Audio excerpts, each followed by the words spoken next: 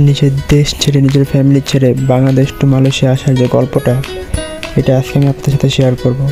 তো আশা করি সবাই খুব মনোযোগ সহকারে দেখবেন এবং শুনবেন।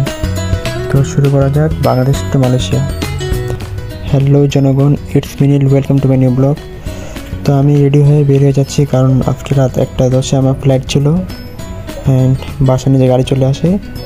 আর যাওয়ার পর আমি ট্রাফিক জ্যামে পড়ে যাই, যেটা বাংলাদেশ ছাড়ার আগে ট্রাফিক জ্যাম ছিল আমার লাস্ট। এরপর এলিভেটেড এক্সপ্রেস দিয়ে ডাইরেক্ট আমি এয়ারপোর্টে চলে আসি, সামনে এয়ারপোর্ট। আর এই প্লেসটা এমন একটা প্লেস, লাইক এটা যখন আপনি পার হবেন জাস্ট আপনি অ্যানাদার ডাইমেনশন চলে যাবেন আর কি, মানে অ্যানাদার দুনিয়ায় চলে যাবেন।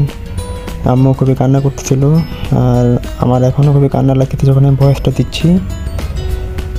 এই যে আমার আব্বু, তো সবার কাছ থেকে দোয়া নিয়েছি আর এখন যাওয়ার পালা। ভিতরে ঢুকে গেছি আর এটা ছিল চেক ইনের লাইন। তো বোর্ডিং পাস নিয়ে এখন চলে আসছি ইমিগ্রেশনে। তো ইমিগ্রেশনে ঢোকার পরপরই সবচেয়ে বড় ঝামেলা হয়, যেখানে আমাদের বসায় রাখছে। আমি সহ 3জন স্টুডেন্ট ছিল, সবার পাসপোর্ট নিয়ে।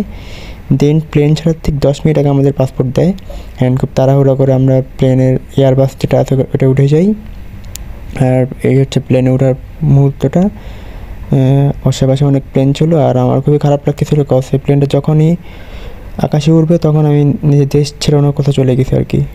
তো প্লেনে বসে গেছি আর এখানে যে এয়ার হোস্টেস ছিল তারা বলতেছিল কীভাবে কী সিট বেল্ট সম্পর্কে, আর আমি নিজেকে দেখতেছিলাম। আর আমার সিট ছিল সবার শেষে। আর এটা খুবই আইকনিক ভিউ, যেটা প্লেনে উঠলে সবাই নেয়, রাতের ভিউটা। আর প্লেন ল্যান্ড করার আগে ছিল ভিউটা সকালের এই পাশে, আর এই পাশে মেঘের ভেলা আর নিচে শহর দেখা যাচ্ছে, মালয়েশিয়ান শহর। তো প্লেন এখন ল্যান্ড করছে, এখন নামার পালা। তো যে যার মতো তার ব্যাগেজ নিয়ে নামতেছে। আর এটা মালয়েশিয়ান ইন্টারন্যাশনাল এয়ারপোর্ট। আর আমাদের নেওয়ার জন্য এয়ারবাস চলে আসছে, তো বাসে উঠে গেছি। এয়ারপোর্টের ভিতরে আসার পর দেখলাম খুবই আইকনিক নামি দামি ব্র্যান্ড, ডায়োর আর অন্য ব্র্যান্ড। তো আমি টিকিট কাটছি এয়ারপোর্ট থেকে বাসে KL সেন্ট্রাল পর্যন্ত। দেন ওখান থেকে আমি অন্যভাবে যাব। তো KL সেন্ট্রালে বাসে ওঠার পর দেখলাম না, বাসটা খুবই চমৎকার। আর এয়ারপোর্ট থেকে বাস ছেড়ে দিয়েছে KL সেন্ট্রালের উদ্দেশ্যে। আর যাওয়ার সময় আশেপাশে দেখতেছিলাম খুবই সুন্দর গাছপালা।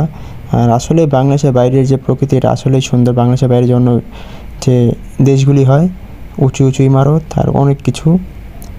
তো এখানে আমাকে KL সেন্ট্রালে নামায় দিছে। দেন আমি ট্যাক্সির জন্য ওয়েট করতেছি। এটা ছিল সবচেয়ে বড় ভুল, কেউ মালয়েশিয়াতে আসলে কখনো রেড ট্যাক্সিতে উঠবেন না, প্লাস যারা তামিল আছে এদের কাছ থেকে অনেক এড়ায় চলবেন।